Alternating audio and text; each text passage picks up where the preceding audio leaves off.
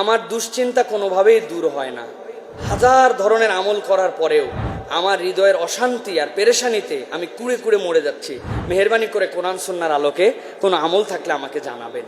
প্রিয় ভাইয়েরা, আমি একটা হাদিস পড়েছিলাম, ওই হাদিসের আলোকে আপনাদের কাছে সহজ একটা বিষয় বলি। রসুল সাল্লাল্লাহু আলাইহি ওয়াসাল্লামের সাহাবী হযরত আবু সাঈদ খুদরি রাদিয়াল্লাহু তাআলা থেকে হাদিস, আবু দাউদের মধ্যে আসছে। হযরত আবু সাঈদ খুদরি বলতেছেন যে আমি আর রসুল সাল্লাল্লাহু আলাইহি ওয়াসাল্লাম একদিন মসজিদে আসলাম। রসুল সাল্লাল্লাহু আলাইহি ওয়াসাল্লাম এসে দেখলেন আবু উমামা আনসারী রাদিয়াল্লাহু তাআলা মসজিদের মধ্যে কপাল ধরে দুশ্চিন্তা করতে বসে আছে। নবীজি বললেন, আবু উমামা, তোমার কি হয়েছে? বলি, ইয়া রাসূলুল্লাহ, আমার পেরেশানি আর দুশ্চিন্তা দূর হচ্ছে না, ঋণের বোঝা আমাকে কুড়ে কুড়ে খেয়ে ফেলতেছে। নবীজি বললেন, আমি তোমাকে এমন কতগুলো বাক্য কি শিখিয়ে দিব যেইটা তুমি পড়লে, আমল করলে, আল্লাহর কাছে চাইলে আল্লাহ তোমার দুশ্চিন্তা দূর করে দিবেন। সাহাবী তো খুশিতে আপ্লুত।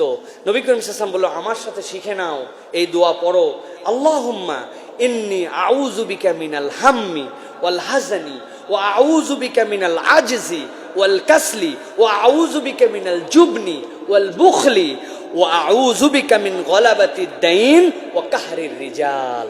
হযরত আবু উমামা বলছেন, আমি নবীর কাছ থেকে এটা শিখে নিয়ে আমল করতে শুরু করলাম। আল্লাহ সাক্ষ্য, রব্বুল আলামিন আমার যাবতীয় দুশ্চিন্তা দূর করে দিয়েছে। আমি তো আপনাকে নতুন কিছু শিখাতে পারবো না ভাই। আপনি নবীর দেওয়া এই দোয়া আমল করেন প্রত্যেক 2 সিজদার মধ্যে, নফল নামাজে, এরপরে নামাজের পরে আল্লাহর কাছে এটা বেশি বেশি করে আমল করেন। আল্লাহুম্মা ইন্নী আউযু বিকা মিনাল হাম্মি ওয়াল হাযানি ওয়া আউযু বিকা মিনাল আজজি ওয়াল কাসলি ওয়া আউযু বিকা মিনাল জুবনি ওয়াল বুখলি ওয়া আউযু বিকা মিন গলাবাতিদ দাইনি ওয়া কাহরির রিজাল। এই আমলটা করেন, অর্থ বোঝেন। আল্লাহ, আমি আপনার কাছে চিন্তা থেকে, পেরেশানি থেকে পানা চাই। আমি আপনার কাছে কৃপণতা থেকে, বোখালত থেকে পানা চাই। আল্লাহ, আপনার কাছে আমি আমার অন্তরের যে ভীরুতা, সাহস নাই, অন্তর চাঙ্গা হয় না, এটার থেকে পানা চাই। আল্লাহ, আমি ঋণের বোঝা থেকে, আর কোনো মানুষ আমার উপর চেপে বসবে, কাহরির রিজাল, আমাকে এমন ভাবে ধরছে আমার ডানে বামে নড়ার, এই মানুষের চেপে বসা থেকে আল্লাহ আপনার কাছে পানা চাই।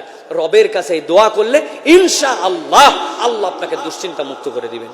আর ঋণের ক্ষেত্রে পরামর্শ, খবরদার লোভে পড়ে সুদের ঋণ নিবেন না। সুদের ঋণে পড়ছেন আল্লাহর হুকুমের বরখেলাপ করে, আর আল্লাহর কাছে ঋণ মুক্তির দোয়া চান, এটা একটা বেকুবের প্রার্থনা। অতএব এই ঋণ থেকে বের হন, আল্লাহ আপনাকে ব্যবস্থা করে দিবে ইনশাআল্লাহ।